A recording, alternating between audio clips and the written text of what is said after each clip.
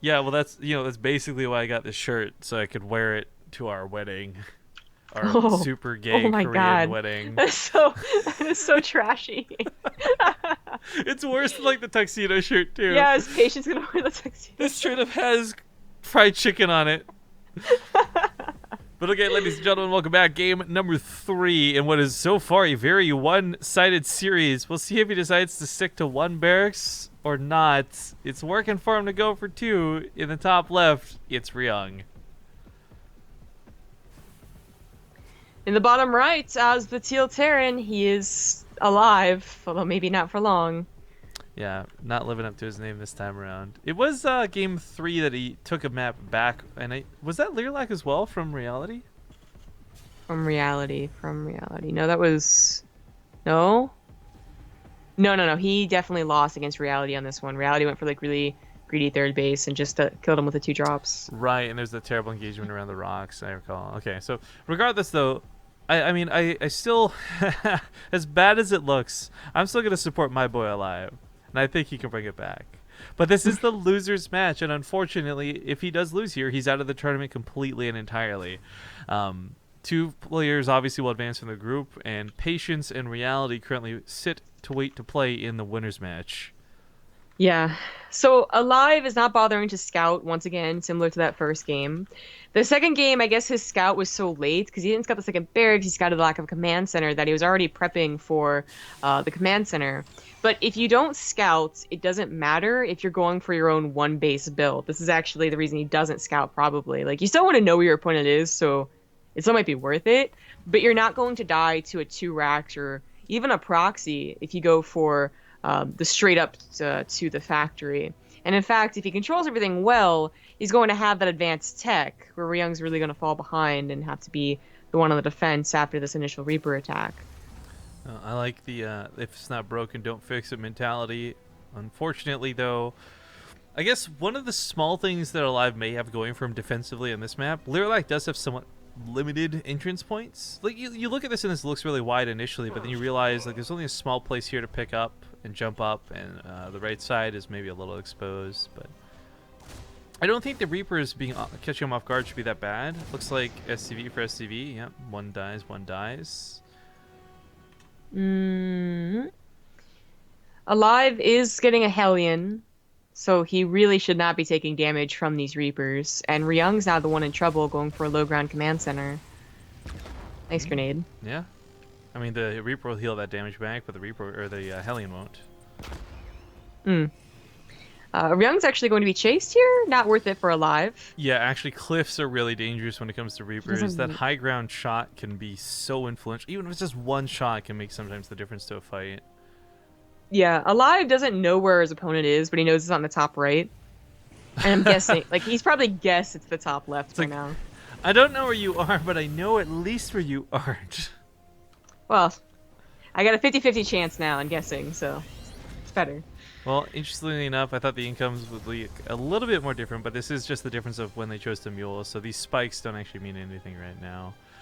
Worker counts are fairly similar, and I guess Ryung will take a nice advantage as he gets this natural base up. Yeah. Unfortunately for aLive, this does mean he has to do a lot of damage, and he's got some good potential here for sure. I thought aLive was going to be able to maybe even solve this command center if he hadn't bothered chasing the Reapers of Ryung, but he did, so he doesn't get here in time. It's turning into an orbital. I think the SCV is trying to, like, just be scared in the corner, trying to survive. The fact that these are Reapers instead of Marines actually kind of helps Ryung in this case, as they can actually throw their grenades and back off and not just get scattered around like Marines can. Well, the command center I don't think is going to have to be lifted. There is a Liberator creeping around the side of the base. Ooh. It's very important the Cyclone doesn't die because it's going to be the perfect answer to it. I mean, a Viking's on the way, so this isn't going to get out of hand either way, but the Cyclone is the immediate response. Where you at, boy? He's at the front still, isn't it? There he goes. Bad dog. Yeah, he's gonna come as soon as the Cyclone or the This is- Viking does. This is like my shitty dog. He'll bark and freak out at anybody who like comes to the door. You're like, oh, pizza guy. Woof, woof, woof. It's like if somebody fishy actually comes to the door. He's just like, What's up? aLive is going to accelerate his economy in the mid game by going for not the quickest natural, obviously, but a much quicker third base, and that's definitely makes a lot of sense. And now it's back to Ryung a little bit here to decide what's going to happen next, as he does have enough minerals for either 2 more barracks, or actually 1 more barracks, or a command center. Looks like it's going to be a command center. Well, despite the way this game opened, we do have it kind of on even pacing, which is really weird to consider because of how different this was. But that third command center will be what really, I think, sets the difference here. Because aLive, as good as a Terran you may be, you are still limited by your production. And because the barracks comes down late, he's not going to have this really sick push that's like, okay, you're punished for taking this faster third. In fact, with double engineering bays, it definitely feels like aLive's going to be sitting back for a little bit of time. So that gives Ryung a lot of time to get away with this. And in fact, aLive not going to scout it with a Reaper? No, it doesn't look like it. This is really quite nice for Ryung, who's going to be behind otherwise. He does only have 1 engineering bay, so he's going to fall behind in that regard. But he's got his barracks, like, all types of tucked in the corner, in case the attack comes from aLive, I suppose, later on. And his production is going to be quite strong. He's ahead in SCVs as well. His orbital's almost, well, his command center's almost done. The Cyclone's going to be great against those medevacs coming off to the right side. And I think that Viking is in the bottom left. Yeah. Nicely positioned over there. Thank you to Flesrudlik. Flesrudlik. It's my best guess. 22 months of me not being able to say your name. Well, actually, that sounds way cooler. Flesrudelic. Psychedelic Flesrudelic, man. What are those things in Doctor Who? Doctor Who? Daleks? Yeah, I guess those are the things. I don't watch it, so I thought maybe it would have been the word.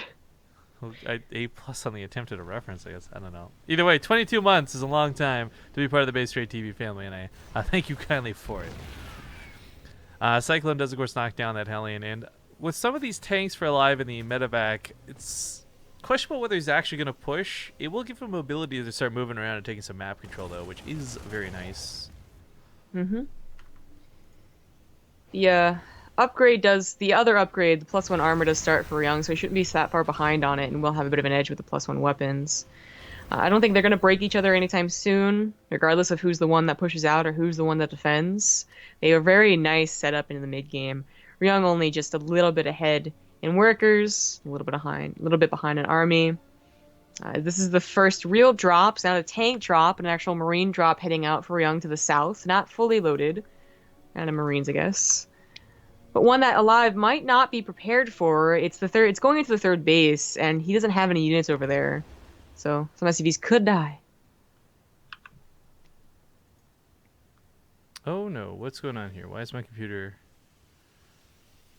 It's not freaking out, but for some reason it's showing... Like, you guys can't see this on stream. Right here, there's like a VLC media icon. And I don't understand why. Maybe just updated. Oh. Dear computer, please no. Anyways, medevac drops do come in, and they're going to catch aLive ever so slightly off guard. But with the tanks mobile the way they are, this isn't too problematic. Small contingency of marines in the main do get picked off pretty quickly. 7 SCVs and a full medevac lives, so just send another one back home and keep this one so that they'll either be forced to get a Viking or forced to keep units back at home. That's nice. Ryung's going to finish up on his upgrades and starts his +2 a little bit quicker. They both go for the double factories. Again, they both have really not taken that much damage and just do the perfect macro game, or almost perfect macro game. The Marines come back into the main base. They're going to try and get a couple more SCV kills. They're pulled pretty much instantly, however, so nothing done there. It's right everybody to aLive. Single marine list. aLive does have an upgrade lead, or had an upgrade lead, excuse me, so Ryung's drops really were not destined to get a lot done here. Would have been fairly easy to clean that up. It is amazing when you watch the difference, though. Like, seriously, 2-1 versus 1-0, 1-1. Like, upgrades from Marines matter so heavily, not just in those head-on engagements, but sending 5 versus 10 Marines back to deal with a drop type thing. But upgrades are on par. Did think Ryung would fall a little bit behind with that, with the way this game started, but once again, this game is it's on very even footing. Ryung's had a little bit more money to work with this game, but as we see now, it's evened out. He does have a bigger army supply because of it, though, so up about 10. That's really not too important with the tanks splashing and whatnot. It's going to be about who gets better concave and who gets those tanks down in a better position. The upgrades are pretty even as well, so it really is just about the main fight. Ryung does have a sensor tower up. aLive, though, has a missile turret ring kind of on his third, so they're both pretty well defended against drops. But going off to the natural is seen by 2 Marines. Nice catch, actually, out of Ryung. That's totally on purpose, I bet. I mean, yeah, I normally just segment 1 off, but... Oh, they're about to get bullied. No bully! Please, no bully! Woo! So, okay, here comes a main push out. The live just get a 4th on location. Question coming out of chat from Bronze Saint SE2. He says, I'm wondering, do Rifkin and Zombrov have a fan club? I like to imagine that's what our subscribers are. I think he means on Team Liquid. Oh. I know someone tried to troll me with a fan club a few years ago. I was a bit mean, and I got shut down.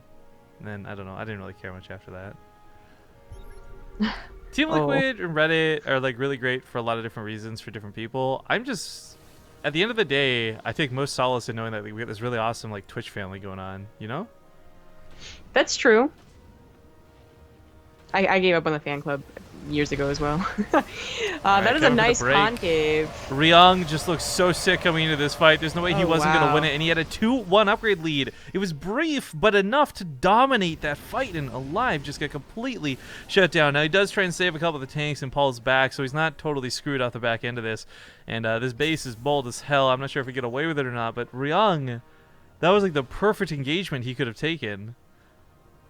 Yeah, that was really quite great. Now the upgrade lead is gone, although Ryung does start his 3-3 a lot quicker. He does have that bigger army, and it's all ready to go. It's going to get on top of the 4th base where the planetary finishes, and that's going to have to be... He's looking to intercept those tanks, focuses it, them down. Ryung is man on fire right now, picks off 2 of those medevacs, 3 of the medevacs, no tanks remaining, only the one that just spawned for aLive. He's scanning to see what else is on the map, but he's going to tap out, and Ryung, whoa! Ryung is going to take a 3-0. What up? This is